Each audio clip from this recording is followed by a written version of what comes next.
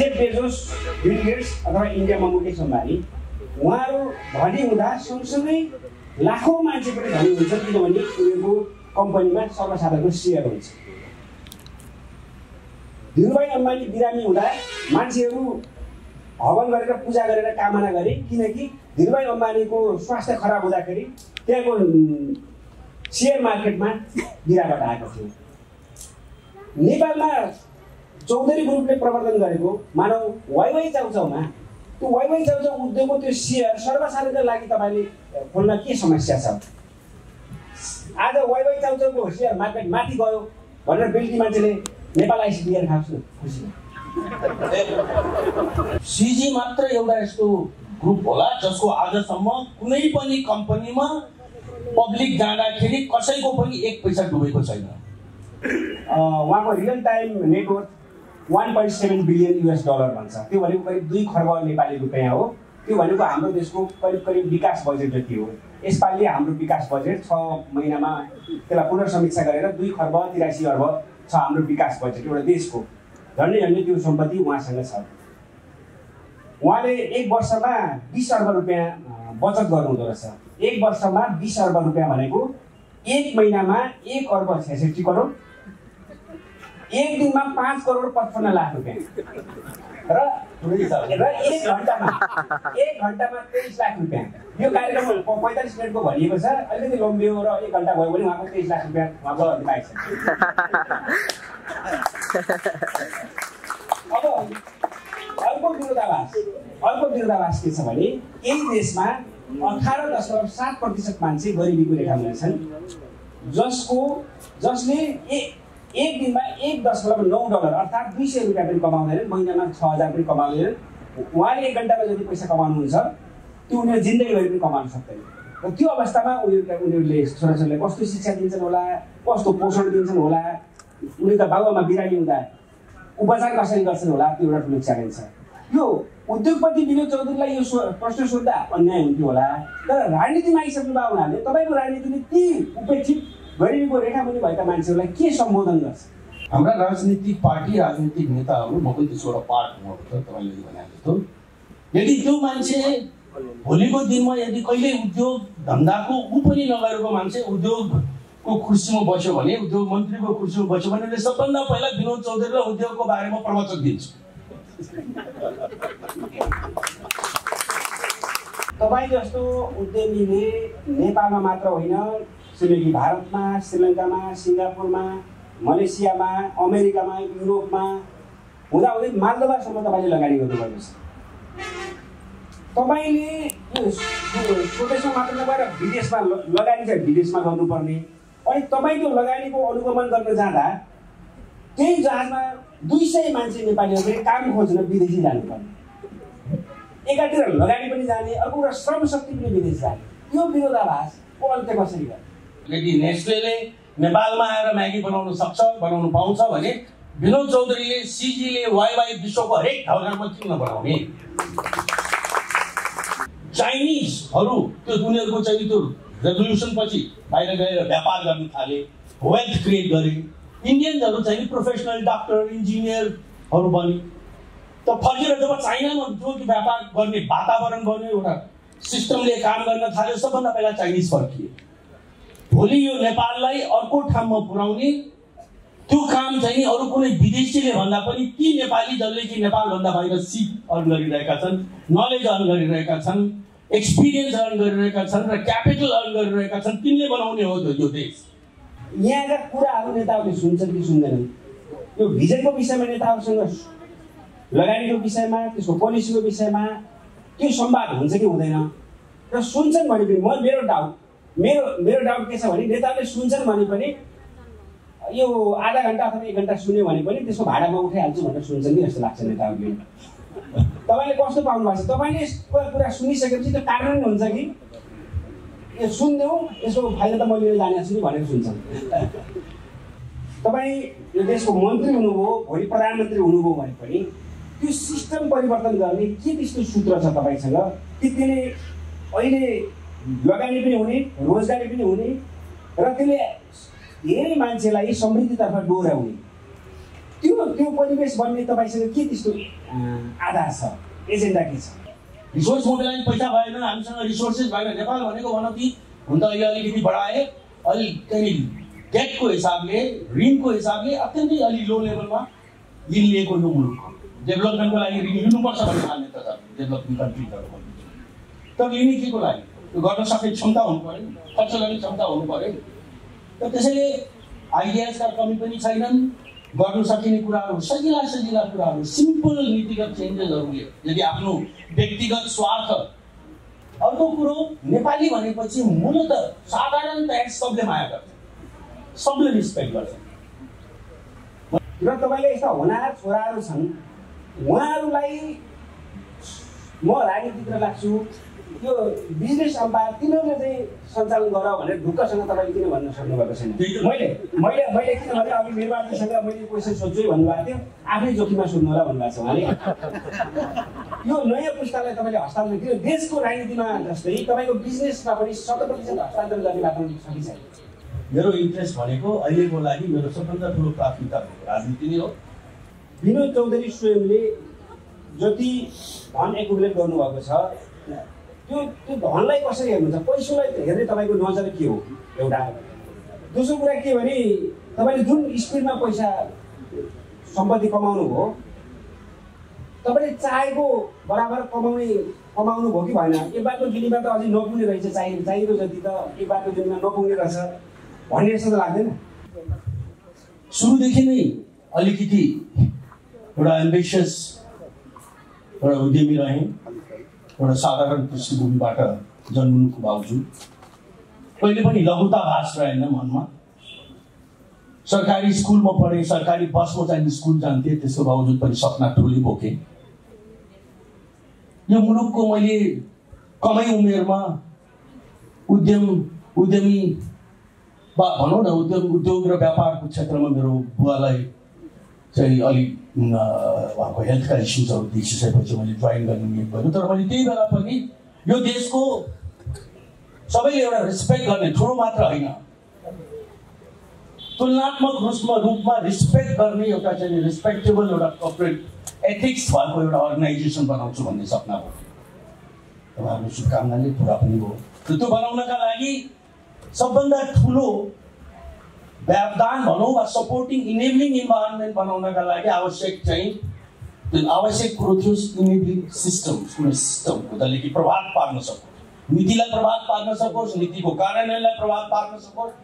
म एफएनसिसिआईको अध्यक्ष पनि भएँ, त्यसपछि मैले सिएनआईको प्रारम्भ पनि गरेँ र दुवै संस्थाको एउटा चाहिँ विदाउट एनी लघुताभास म एउटा सफल सभापतिको रूपमा ल्याएँ। तर मैले चेन्ज ल्याउन सकिनँ, मैले चेन्ज पटक्कै ल्याउन सकिनँ।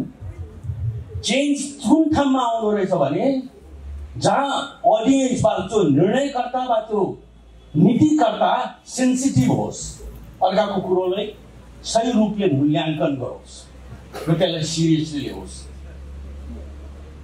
हामी जस्तै किसिम जतिसुकै राजनीतिका बारेमा नकारात्मक टिप्पणी गरे पनि यदि कुनै मेजर स्केलको तपाईँलाई यदि चेन्ज ल्याउनु छ भने त्यो चेन्ज तपाईँ एउटा सेक्टोरियल संस्था, एउटा चाहिँ निजी संस्थाको अध्यक्ष भएर जतिसुकै सफलै किन नहोस्, त्यो सेक्टरलाई रिप्रेजेन्ट गर्ने एउटा नेसनल लेभलकै एपेक्स बडी नै किन नहोस्, त्यसबाट तपाईँ चेन्ज ल्याउन सक्नुहुन्छ। चेन्ज ल्याउन सक्नुहुन्छ राजनीतिको माध्यमबाट, राजनीतिक दृष्टिकोणबाट सही उद्देश्य राखिकन गरेको एउटा चेन्जले मुलुकका प्रत्येक नागरिकको अनुहार बदलिदिन सक्छ। त मेरो हकमा चाहिँ है, अब राजनीतिहरू पैसा कमाउनु किन सक्छ त्यो प्रश्न चाहिँ त्यो चाहिँ अब रविन्द्रजीलाई सोध्नु होला, म फुल टाइम पोलिटिसियन हुनुहुन्छ। मेरो हकमा चाहिँ मैले जुन चेन्ज एउटा उद्यमीको हैसियतले मैले देखेको सोचेको नेपाल मैले बनाउन सकिनँ। मैले उद्योग ग्राम बनाउन सकेँ होला, मैले शाश्वत धाम बनाउन सकेँ होला, मैले उन्नति कल्चरल सेन्टर बनाउन सकेँ होला, तर नेपालका प्रत्येक जिल्लालाई मैले यस्तो बनाउन सकिनँ। मैले उद्योग वाणिज्य महासङ्घको एउटा सक्रिय सभापति हुनका बावजुद पनि मैले देखेको प्रत्येक एउटा युवाले कहीँ चाहिँ कुनै पनि प्रकारको मानसिक चाहिँ भनौँ न तनाव बिना चाहिँ काम गर्ने एउटा सहज वातावरण बनाउन सकिन्छ एफएनसिसिआई र सिएनआईको प्लेटफर्मबाट। अब चाहिँ मैले त्यो चाहिँ गर्ने प्रयास गर्नुपर्छ भन्ने मेरो चाहिँ सोचको अभिव्यक्ति नै म राजनीतिमा हुनु। अब आजको दिनमा विनोद चौधरीको सम्पत्ति कति छ भनेर मैले हिजो गुगल गरेको थिएँ। उहाँको real time net worth 1.7 billion US dollar भन्छ। त्यो भनेको करिब 2 खर्ब नेपाली रुपियाँ हो। त्यो भनेको हाम्रो देशको करिब विकास बजेट जति हो। यसपालि हाम्रो विकास बजेट 6 महिनामा त्यसलाई पुनर्समीक्षा गरेर 2 खर्ब 83 अर्ब छ हाम्रो विकास बजेट एउटा देशको। झन्डै त्यो सम्पत्ति उहाँसँग छ। उहाँले एक वर्षमा 20 अर्ब रुपियाँ बचत गर्नुहुँदो रहेछ। एक वर्षमा 20 अर्ब रुपियाँ भनेको एक महिनामा 1 अर्ब 66 करोड, एक दिनमा 5 करोड 55 लाख रुपियाँ र एक घन्टामा 23 लाख रुपियाँ। यो कार्यक्रम 45 मिनटको भनिएको छ, अलिकति लम्बियो र 1 घन्टा भयो भने उहाँको 23 लाख रुपियाँ उहाँको पाइन्छ। अब अर्को विरोधाभास के छ भने यही देशमा 18.7% मान्छे गरिबीको रेखामुनि छन्,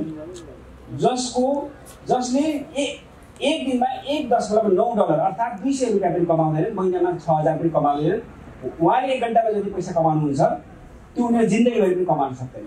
र त्यो अवस्थामा उनीहरूले छोराछोरीलाई कस्तो शिक्षा दिन्छन् होला, कस्तो पोषण दिन्छन् होला, उनीहरूका बाबुआमा बिरामी हुँदा उपचार कसरी गर्छन् होला, त्यो एउटा ठुलो च्यालेन्ज छ। यो उद्योगपति विनोद चौधरीलाई यो प्रश्न सोध्दा अन्याय हुन्थ्यो होला, तर राजनीतिमा आइसक्नु भएको हुनाले तपाईँको राजनीतिले ती उपेक्षित गरिबीको रेखामुनि भएका मान्छेहरूलाई के सम्बोधन गर्छ? तपाईँले मेरो प्रश्नको जवाब आफै दिनु है। एक्ज्याक्टली यही नै कारण हो हामी जस्तो मान्छे राजनीतिमा आउनु पर्दैन। आज चाहिँ भनौँ न भइगयो कुन बेलादेखि हिसाब गरौँ, 2007 सालदेखिको हिसाब सुरु गरौँ कि अब अहिले गएर 46 सालपछिको हिसाब गरौँ, यो देशमा सरकार मात्रै बदलिएनन् होइन, राजनीतिक प्रणालीहरू नै बदलिए, पात्रहरू मात्रै बदलिएनन् होइन। ती पात्रको पृष्ठभूमि त्यो एउटा चाहिँ अल्ट्रा लेफ्टबाट गएर चाहिँ नि टोटल चाहिँ अथोरिटेरियन रुल गर्ने सिस्टमलाई हाँक्ने व्यक्तिहरू पनि बदलिए, त्यसलाई समयले भगाएर ल्याएको। तर देश त चाको ती रह्यो। अहिले पनि कर्णाली हाम्रो 6 नम्बर प्रदेशको आर्थिक दुरावस्था, प्रदेश नम्बर 2 को दुरावस्था, जो कि सबभन्दा बढ्ता फर्टाइल हुनसक्छ, जुन बिहारसँग जोडिएको त्यो हाम्रो चाहिँ चलाइ अब मैथिली मधेसी जे भने पनि हुन्छ त्यसको विवाद चाहिँ आफ्नो ठाउँमा जारी नै छ। त भन्दाखेरि यो के हो भन्नु होला भने कि म कहिले पनि म सम्मान गर्छु एउटा राजनीतिक चाहिँ सोच, एउटा राजनीतिक आदर्शलाई बोकेर हिँड्ने राजनेताहरूलाई। मेरा पनि थुप्रै त्यस्ता चाहिँ रोल मोडल्सहरू छन् भनौँ न, इन्टरनेसनली एन्ड नेसनली। तर र उहाँले जे काम गर्न सक्नुहुन्छ त्यो काम म गर्न सक्दिनँ भन्ने कुराको मलाई ज्ञान छ, चेत छ। र मलाई यसको साथसाथ बिना कुनै लघुवाद यो पनि थाहा छ कि जुन काम म गर्न सक्छु त्यो भनेको स्रोतको व्यवस्थापन हो। किन आज कसरी त म त अघि नै मैले भने म त सरकारी बस चढेर आमाले 1 सुक्का दिनुहुन्थ्यो, त्यो लिएर स्कुल गएको मान्छे तपाईँले बडा एकदम पुरै अध्ययन गरेर चाहिँ हिसाब किताबै बुझाइदिइसक्नु यहाँ त्यहाँ ब्यालेन्स सिट होइन। त्यो सकिँदो रहेछ नि त, आँट्यो भने गर्न सकिने त रहेछ। एक तरी जताततै तपाईँले हेर्नुभयो भने पनि काम गर्ने वातावरण छैन, यस्तो छ उस्तो छ यो छ ऊ छ भन्ने त्यो धेरै हदसम्म सही पनि हो। त्यो आफ्नो ठाउँमा छ भने अर्कोतर्फ गर्नु त सकिनु रहेछ नि।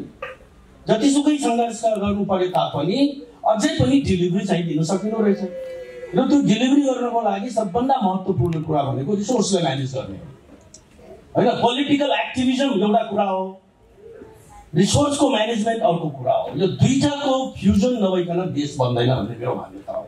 आज धेरै चाहिँ यो 80 को दशकमा 90 को दशकमा एसियन टाइगर्सहरूदेखि लिएर अहिले त छिमेकी राष्ट्र इन्डियाकै कुरा गरौँ, एक्ज्याक्टली उनीहरूले गरेको त्यही हो। पोलिटिसियन्स, हार्डकोर पोलिटिसियन्सले रियलाइज गर्यो कि हामी क्रान्ति गर्न सक्छौँ, आन्दोलन गर्न सक्छौँ, एउटा पोलिटिकल चेन्ज ल्याउन सक्छौँ, आँधी हुरी चाहिँ फैलाउन सक्छौँ परिवर्तनको। तर त्यसपछि म्यानेजमेन्ट गर्ने रिसोर्सेस जुन छ, डेलिभरी जसलाई भन्छौँ हामी, त्यो हामी गर्न सक्दैनौँ। र त्यसको लागि ती गर्ने व्यक्तिहरूसँग हाते हालौँ। हाम्रो अनफर्चुनेटली संस्कार के छ भन्नु होला भने कि हाम्रा राजनीतिक पार्टी, राजनीतिक नेताहरू, म पनि त्यसको एउटा पार्ट हुनुपर्छ तपाईँले भने जस्तो, यदि त्यो मान्छे भोलिको दिनमा यदि कहिले उद्योग धन्दाको ऊ पनि नगरेको मान्छे, उद्योग को कुर्सीमा बस्यो भने, उद्योग मन्त्रीको कुर्सीमा बस्यो भने सबभन्दा पहिला विनोद चौधरीलाई उद्योगको बारेमा प्रवचन दिन्छु।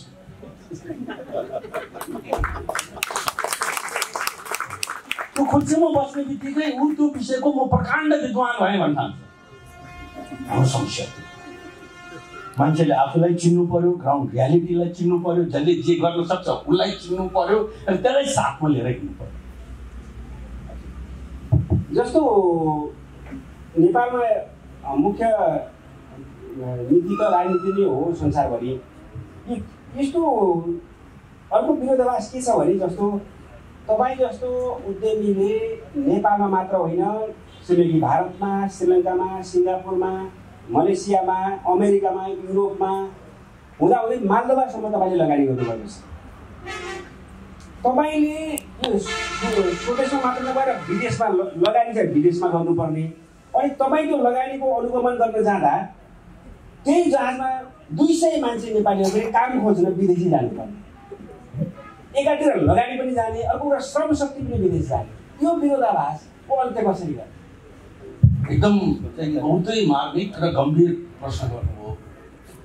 म यसको यी प्रश्नहरूलाई अलग अलग चाहिँ, किनकि त्यो इन्टर रिलेटेड पनि छन् र तिनका आफ्नै चाहिँ एउटा विशिष्ट चाहिँ त्यसको जवाब पनि छ। हामीले विश्वभरि लगानी गऱ्यौँ होइन, सबभन्दा पहिला नेपालमा गऱ्यौँ, नेपालमा गर्दैछौँ, गर्दै जान्छौँ।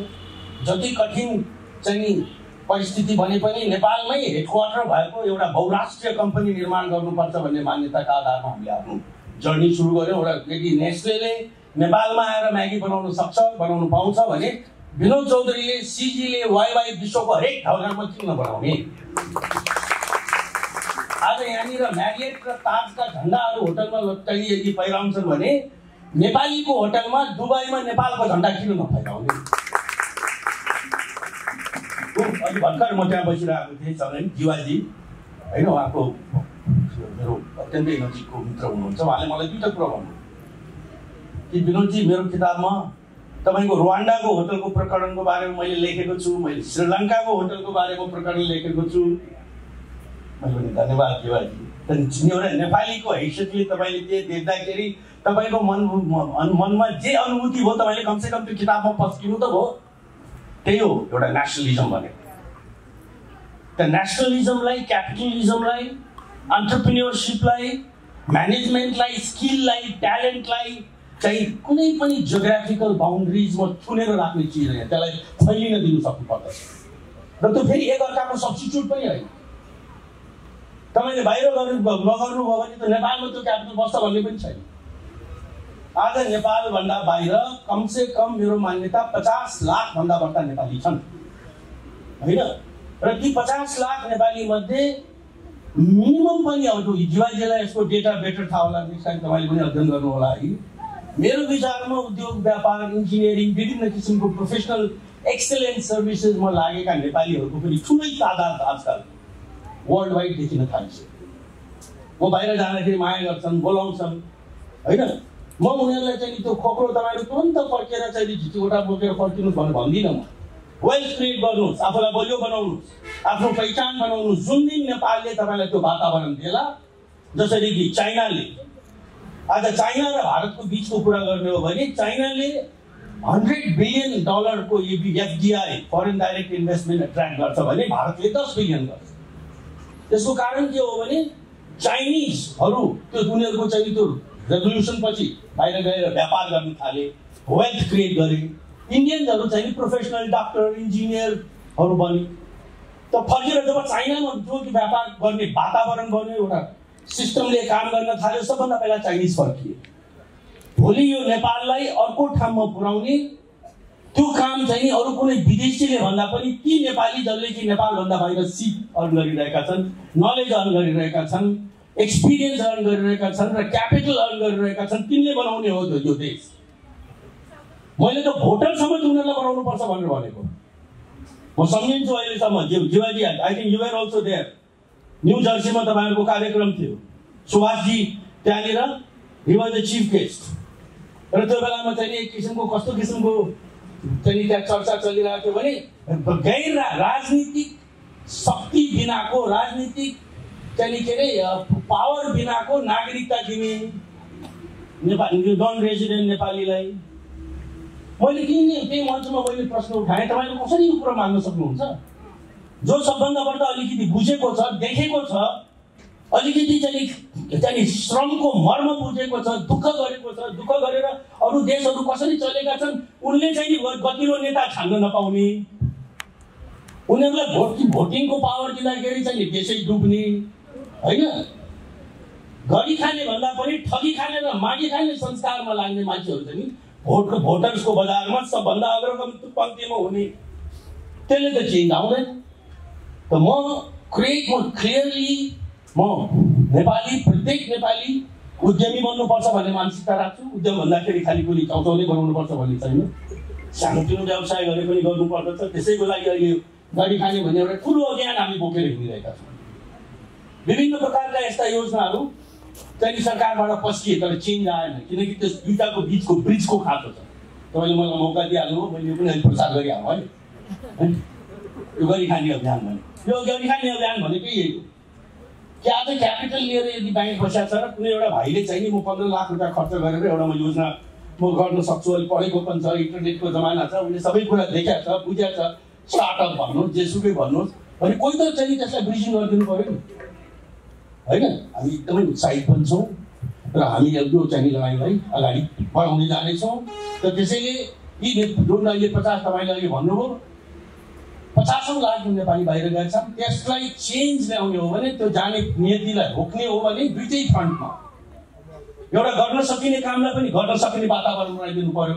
अर्को चाहिँ लार्जर चाहिँ नीतिगत पोलिसी चेन्जेस, क्रिटिकल डिपार्चर्स, अलि लार्जर भिजन। मैले अघि पनि भने एउटा कुनै ठुलो स्केलको नेताले कुनै दिनको 10वटा निर्णय गर्नु जरुरी छैन, उसले गरेको एउटा निर्णयले देशको अनुहार बदलिन सक्छ।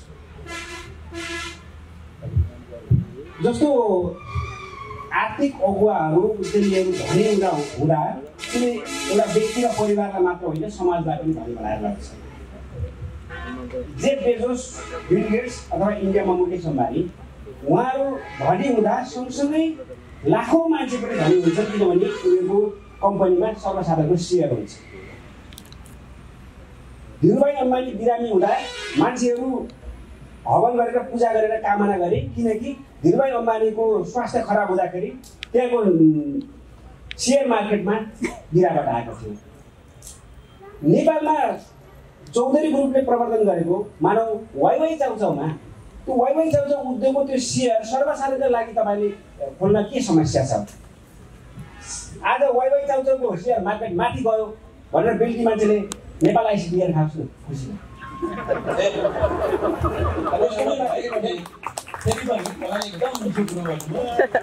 र इनफ्याक्ट अब त्यो दिन दूर छैन होइन, त्यो दिन धेरै टाढा छैन जब हाम्रा मेजर भर्टिकल त्यो वाइवाई होला, बियर होला, जुनसुकै होला, त्यसलाई पनि अब हामी पब्लिकमा लिएर लान्छौँ। र म अर्को एउटा कुरा स्मरण गराउँ है, तपाईँ रिसर्च गर्नुहोस्,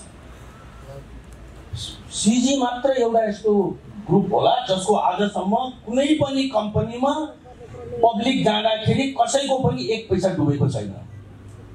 चाहे त्यो नेभल ब्याङ्क होस्, चाहे त्यो युनाइटेड इन्सुरेन्स होस्, चाहे त्यो युनाइटेड फाइनेन्स होस्, जुनसुकै कम्पनी हो। तर जबसम्म हामीलाई त्यो कन्फिडेन्स हुँदैन कि एउटा रिजनेबल आफूले प्रमिस गरेको रिटर्न हामी दिन सक्छौँ, र अहिलेसम्म हामीले 30 वर्षसम्म हामीले आफूले गरेको पनि त्यो श्रमको प्रपर रिटर्न हामीले पनि पाउन सक्छौँ ग्रोथको लागि, त्यो अधुरो खालि चाहिँ पपुलिस्ट काम गर्नुको कुनै अर्थ छैन।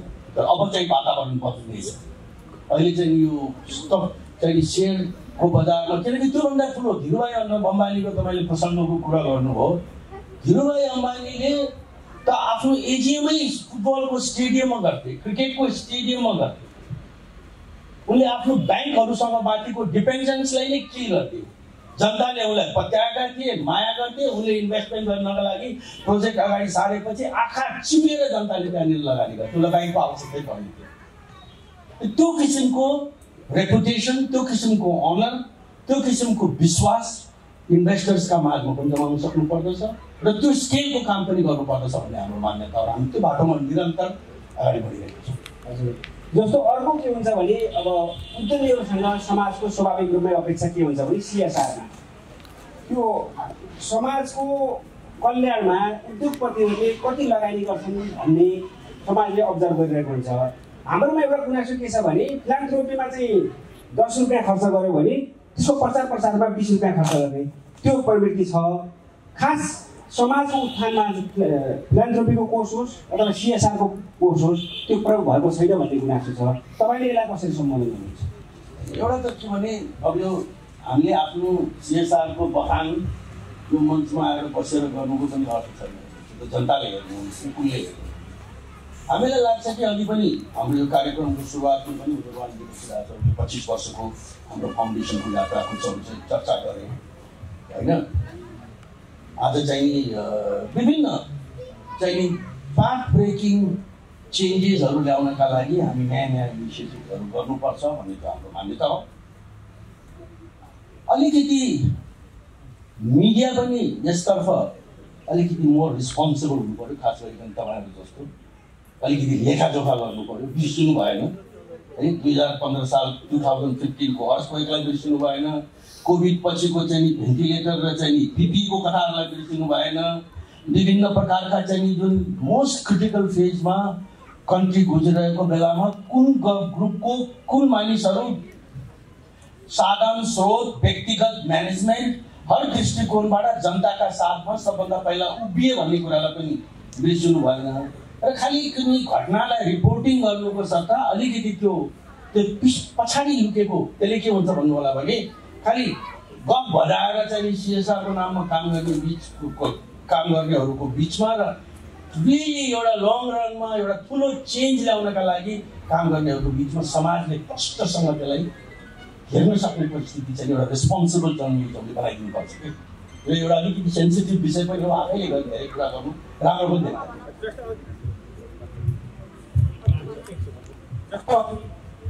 जस्तो अघिले भन्नुभयो कि कुनै मान्छे नेता उद्योगपति भयो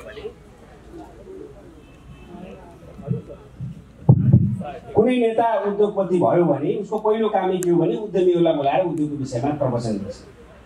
उद्योगपति होइन कि उद्योग मन्त्री भयो। उद्योग मन्त्री भयो भने उद्यमीहरूलाई बोलाएर उद्योगको विषयमा प्रवचन दिन्छन् भन्ने। अब यहाँ अहिले नेपाली काङ्ग्रेसको सांसद हुनुहुन्छ, एमाले अब यसभन्दा अगाडि एमालेको सांसद हुनुहुन्थ्यो, माओवादीसँग पनि यहाँको राम्रो सम्बन्ध छ, राजनीतिक दलका नेताहरूसँग यहाँको संवाद हुँदा यहाँका कुराहरू नेताहरूले सुन्छन् कि सुन्दैनन्?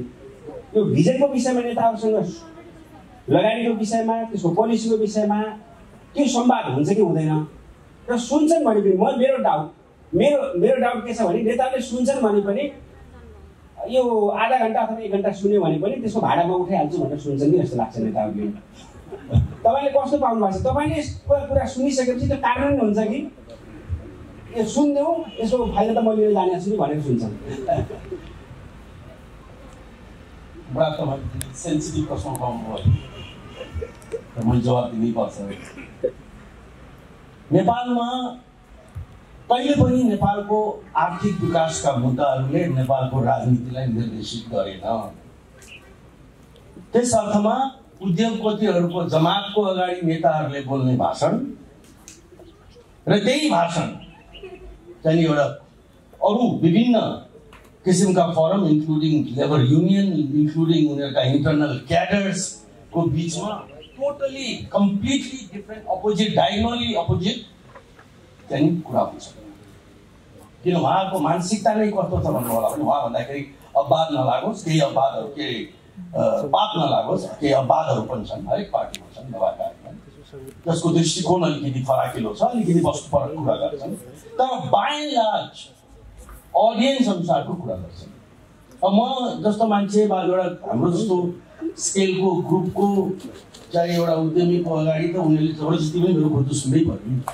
प्रश्न सुन्नेछन् कि सुन्दैनन् भन्ने होइन कि त्यो सुनिसकेपछि त्यो कुरोलाई कति हदसम्म आत्मसात गर्छन् र व्यवहारमा उतार्छन् भन्ने। त म यति मात्रै भन्न चाहन्छु कि नेपालका पोलिटिकल पार्टिजहरूको प्रायोरिटी यदि इकोनोमिक मुद्दाहरूमा रहेको भए आज देशको जो हालत यही नै कारण हो। हामी जस्ता मान्छेको एउटा राम्रो प्रेजेन्स पोलिटिक्समा हुनुपर्छ। बाहिर बसेर खालि लिभिङ रुममा गफ छाटेर चेन्ज आउने मलाई छैन र सजिलो पनि छैन। मैले तपाईँलाई यो पनि बताइदिन्छु। हामीहरू जस्ता मान्छेलाई राजनीति गर्न बहुतै गाह्रो होइन, किनकि अझै पनि योसँगको त्यो वितृष्णा शुद्ध खाली राजनीतिका लागि राजनीति गर्नेहरूसँगको त्यो राजनीतिको वितृष्णा मेटिएको छैन र उनीहरू नम्बरमा धेरै बढ्ता छ, ठुला छ र उनले जुन मेसेज दिन्छन् त्यो मल्टिप्लाई हुन्छ। होइन, अहिले नि भनौँ न, नेपाली कङ्ग्रेसभित्र एउटा कमिटी बनेको छ, यो कोभिड पछि बनाएको हो। हामीले पुरा खोजखाज गर्दाखेरि पनि 15 जना भन्दा बढ्ता पूर्व मन्त्री, सांसद, सोसल वर्कर जसको कि रियल अर्थमा चाहिँ नि इकोनोमीमा इन्भेस्टमेन्ट भएका मान्छेहरू खोज्न सकिन्छ। त भन्दाखेरि साँच्चीकै गरी खानेको पकड राजनीतिमा कति रहेछ त भन्ने कुरा हामीले एउटा विश्लेषण गर्नुपर्ने विषय हो जस्तो मलाई लाग्छ। जस्तो तपाईँ अहिले सांसद हुनुहुन्छ, त्यो सांसदको तपाईँको साध्य हो जस्तो लाग्दैन। तपाईँ त्योभन्दा बढी महत्त्वाकांक्षी स्वाभाविक रूपमा हुनुहुन्छ।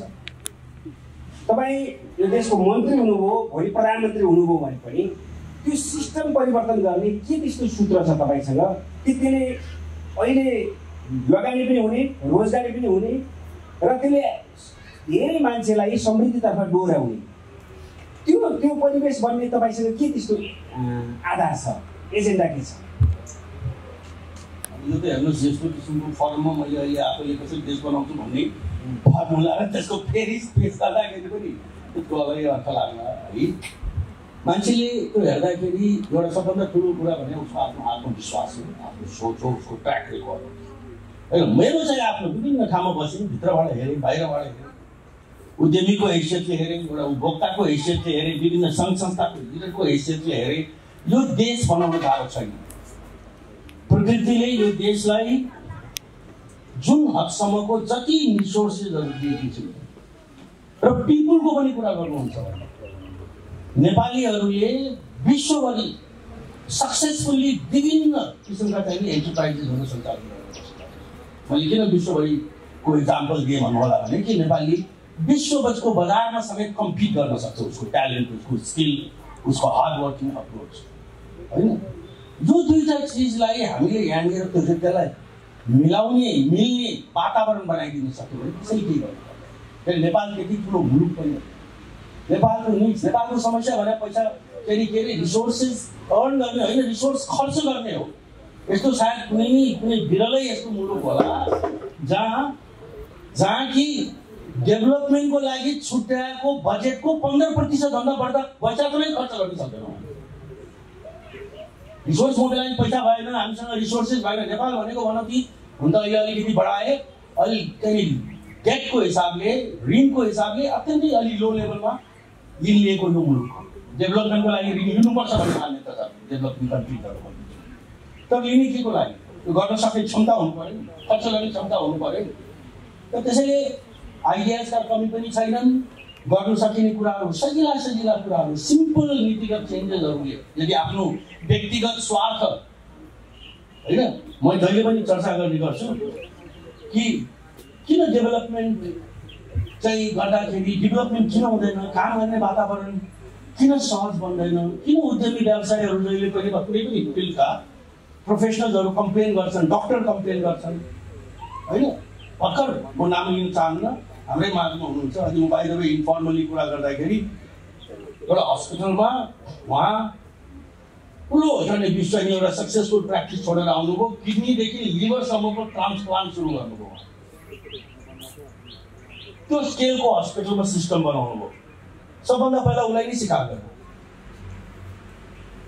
त भन्दाको मतलब के छ भन्नु होला भने कि त्यस्ता किसिमका जुन सक्सेस स्टोरिजहरू छन् त्यसलाई हामी अगाडि बढ्न नदिने, रिसोर्सेसहरूलाई सही ठाउँमा लगाउन नदिने, त्यो संस्कृति धेरै समय लाग्दैन। 85% हाम्रो साधारण खर्च, 15% डेभलपमेन्ट खर्च होइन। एउटा सक्सेसफुल एउटा भायबल बिजनेस भनौँ, एउटा एन्टरप्राइज भनौँ, एउटा घरै भनौँ न, आम्दानीको 85% के अरे प्रशासनिक खर्चमा लगाउने, उत्पादनमा 15% लगाउने एन्टरप्राइजको हालत के होला? त्यो ब्याङ्क्रप्ट हुनु निश्चित छ। त्यो त ठ्याक्कै उल्टो हुनुपर्ने रेसियो हो। देश जे जस्तो परिवेशबाट गुज्रिरहेको छ, तपाईँ अब विदेशमा, युरोपमा, अमेरिकामा जाँदा एउटा लगानीकर्ताको रूपमा मात्र होइन, त्यहाँको एयरपोर्टमा, इमिग्रेसनमा अथवा त्यहाँका फोरमहरूमा एउटा नेपाली नागरिकको रूपमा पनि त्यहाँ प्रस्तुत हुनुहुन्छ। त्यो नेपाली नागरिकको रूपमा ती फोरमहरूमा प्रस्तुत हुँदा तपाईँको आत्मविश्वास कस्तो हुन्छ कि त्यहाँ तपाईँ अरूको सामुन्ने एउटै म सेयर गर्दा तपाईँ कस्तो मनोविज्ञानबाट त्यहाँ प्रस्तुत हुनुहुन्छ नेपाली नागरिक? मलाई त एकदमै साह्रै चाहिँ नि एउटा एक प्रकारको गर्वका साथ र एउटा विशिष्ट ठाउँ चाहिँ स्थान मैले ओगटेको छु जस्तो अनुभूति हुन्छ। किन त्यही नै फरममा अरू मुलुकका स्वयं हुन्छन्, म एक्लो हुन्छु है एउटा। अर्को कुरो नेपाली भनेपछि मूलत साधारणतया सबले माया गर्छ, सबले रिस्पेक्ट गर्छ। मैले यो कुरो जहाँ पनि फिल गरेको छु हरेक ठाउँमा। भन्दाखेरि एउटा डिसएडभान्टेज होइन कि एउटा एडभान्टेजबाट हामी चाहिँ त्यो ठाउँमा उभिएका हुन्छौँ जस्तो मलाई लाग्छ कुनै पनि फरममा जाँदाखेरि। अब त्यसपछि त अब हेर्नुहोस् हामीले कसरी आफूलाई प्रस्तुत गर्ने, कसरी उभ्याउने होइन, त्यहाँबाट हामीले के लिन सक्ने भन्ने कुरा त त्यो व्यक्तिमाथि पनि भर पर्छ। हजुर, जस्तो अन्तिममा जस्तो यहाँको उमेर भन्न मिल्छ होला किन ल 2-4 वर्ष थपेर भने पनि हुन्छ। 65-66 वर्षको हुनुपर्छ। 65 यो 2021 भए मैले 66 भनेको किनभने 65-66 भन्दा त्यति गाह्रो किन होइन भने नेपालमा 70 वर्षसम्म 72 वर्षमा चाहिँ युवा नेता भइराखेको हाम्रो देश छ होइन। त्यस कारण तपाईँले अलिक कान्छो हुनुहुन्छ। तर बिजनेसको हिसाबले हेर्दाखेरि जस्तो हाम्रो जुडिसियरीमा हेरौँ, सेनामा हेरौँ, 65 वर्ष 60-65 वर्ष 65 वर्ष पुगेपछि रिटायर हुने र नयाँ पुस्ता आउने त्यो एउटा सिस्टम प्रवर्तन भइरहेको छ।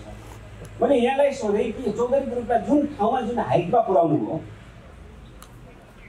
र तपाईँले यस्ता होनार छोराहरू छन्, उहाँहरूलाई म राजनीतितिर लाग्छु, यो बिजनेस अम्पायर तिनीहरूले चाहिँ सञ्चालन गर भनेर ढुक्कसँग तपाईँले किन भन्न सक्नुभएको छैन? मैले किनभने अघि निर्वाचनसँग मैले क्वेसन सोध्छु भन्नुभएको थियो, आफ्नै जोखिममा सोध्नु होला भन्नुभएको छ उहाँले। यो नयाँ पुस्तालाई तपाईँले हस्तान्तरण किन देशको राजनीतिमा जस्तै तपाईँको बिजनेसमा पनि 100% हस्तान्तरण गर्ने वातावरण छ कि छैन? होइन, यो चाहिँ उनीहरूलाई अलिक अरू सबैलाई पनि सोध्नु होला भित्र 20 वर्ष अगाडि नै हस्तान्तरण गर्ने प्रक्रिया सुरु गरिसक्यो अहिले है।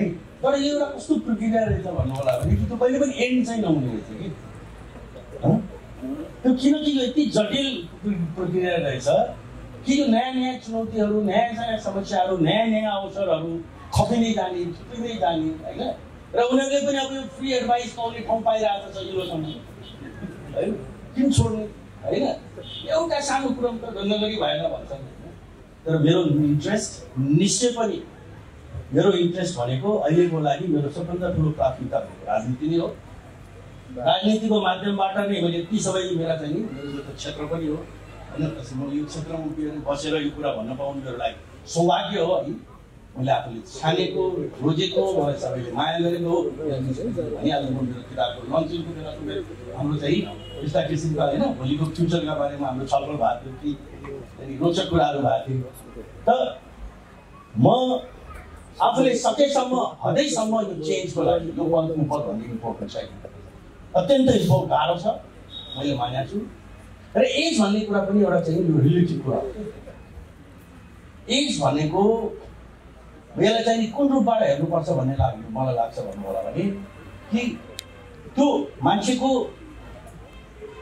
मान्छेको चाहिँ एउटा मेन्टल फिजिकल चाहिँ एउटा प्रेजेन्सको चाहिँ स्केलको तुलनामा एजलाई त्यो मानिस 40 वर्षको मान्छे पनि 70 वर्षभन्दा बुढो हुनसक्छ होइन। भनाइ मतलब म 70 बढीका नेताहरूलाई चाहिँ भन्नु खोजेको होइन है, त्यो आफ्नो ठाउँमा छ होइन।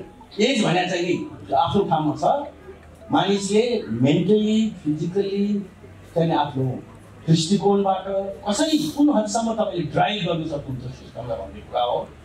अब एउटा चाहिँ नि लामो दौड छ, म आफ्नो ठाउँमा लागिरहेको छु, रविन्द्रजी आफ्नो ठाउँमा लागिरहेको भएको छ, आफ्नो ठाउँमा लागिरहेको छ। अब हेरौँ लेटेस्ट हो। तर देश चाहिँ है, म अन्तमा चाहिँ तपाईँले राजनीतिको कुरा गर्दाखेरि मेरो आफ्नो मान्यतामा धेरैलाई म भन्न चाहन्छु, पहिला पनि भइरहेको थिएँ, देश चाहिँ एउटा अत्यन्त क्रिटिकल संवेदनशील मोडमा बुझिरहेको छ एजकै दृष्टिकोणबाट। मलाई के लाग्छ भन्नु होला भने कि 2-4 वर्षभित्र विदिन 2-4 वर्षभित्रमा एउटा ठुलो ट्रान्सफर्मेसन आउनेवाला छ लिडरसिपको र त्यो अपर्च्युनिटी चाहिँ अहिले छ। केही पार्टिजहरू कमजोर भएका छन्, केही पार्टीहरू टुटेका छन्, केही चाहिँ बन्ने क्रममा छन्।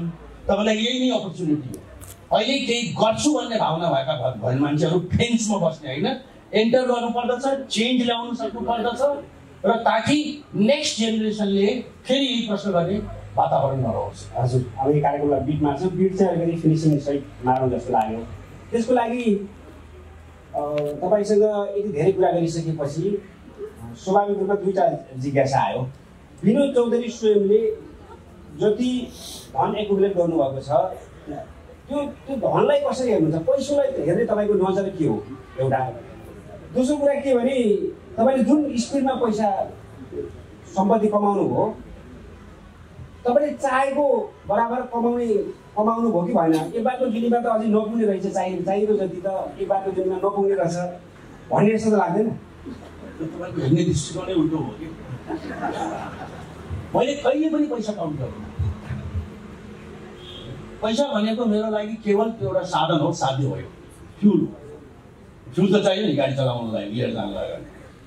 मैले अझै पनि भने मैले सपना बोकेँ कि एउटा चाहिँ नेपालको एउटा रेस्पेक्टेबल एथिक्स भएको लार्जेस्ट बिजनेस हाउस जसले कि सबैले आफूले उसलाई एसोसिएट गर्न सकोस्। हामी सबैको वाइ होइन, आफूसँग चाहिँ नि फेरि एउटा आफ्नो यो हाम्रो प्रडक्ट हो, हाम्रो कम्पनी हो, हाम्रो एन्टरप्राइज हो, त्यस्तो बनाउने सपना लिनु। कति पैसा भयो भने त्यो हुन्छ भन्ने हिसाब गरियो। स्रोत चाहिँ आफै फलो हुँदो रहेछ कि।